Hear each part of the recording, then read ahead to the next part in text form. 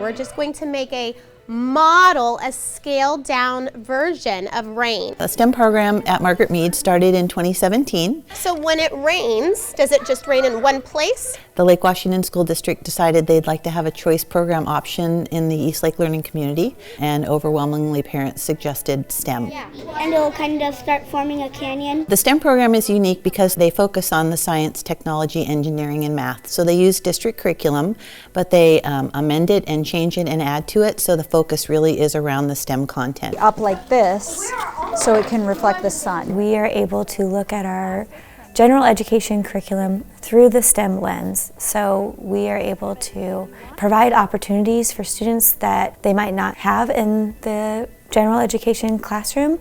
We do spend more time on math and on science than the other classrooms. So we are definitely doing science almost every day.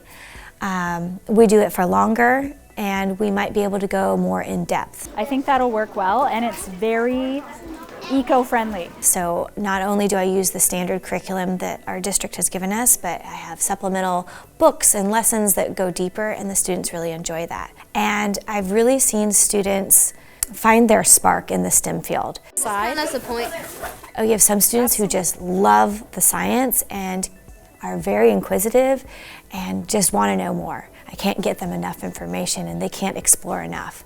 I'm kind of biased towards science because I've loved science since I was like a kindergartner and stuff. So, and I would really like to become a pediatrician. So what do we got here? So we have storage in the middle. The thing that I like most is that the science projects, because they're more hands-on. And right now we're building ships. It's kind of like a science and social studies, so it's like a combined project. So I really like those hands-on projects. I really like the engineering projects because I get to be very hands-on and like really work with the materials and build things and test them, see if they work, make them better.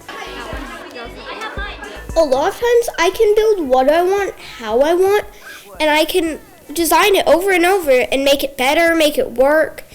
And some of the things I make may end up actually solving some people's problems. You can't create things that don't include things that are on the list right here. The STEM program was created to work on those 21st century skills, such as collaboration, creativity, critical thinking. We want the kids to be able to explore more, to create, to do a lot more engineering.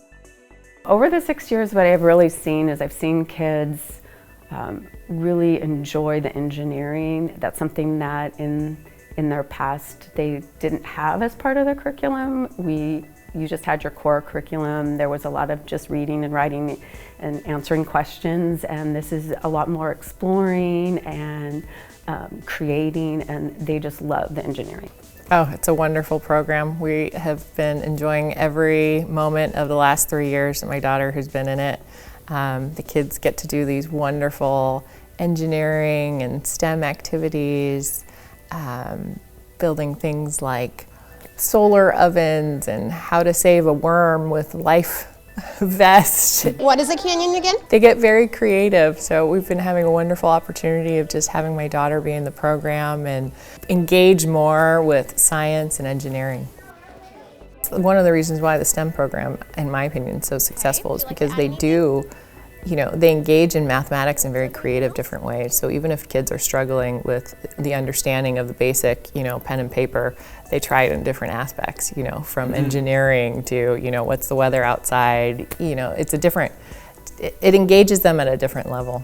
All right, engineers, continue on. I've seen the kids be able to have more of a growth mindset, be okay with failure. We have a lot of things that are very open-ended, so there's not one right answer, and they have to create something out of just a few supplies. We do things just like they would in the real world, where there is limited criteria, so they can't just use whatever they want and have as long as they want. They'll have a set amount of time and a limited amount of supplies, and they have to be able to create with that. So they kind of learn those critical thinking skills of, okay, how long is it going to take me to do this? Having to really plan that out and then think through the process of how to create it and be okay with failure, because I would say 50% of the time at least, it won't work the first time and they may have to start from scratch.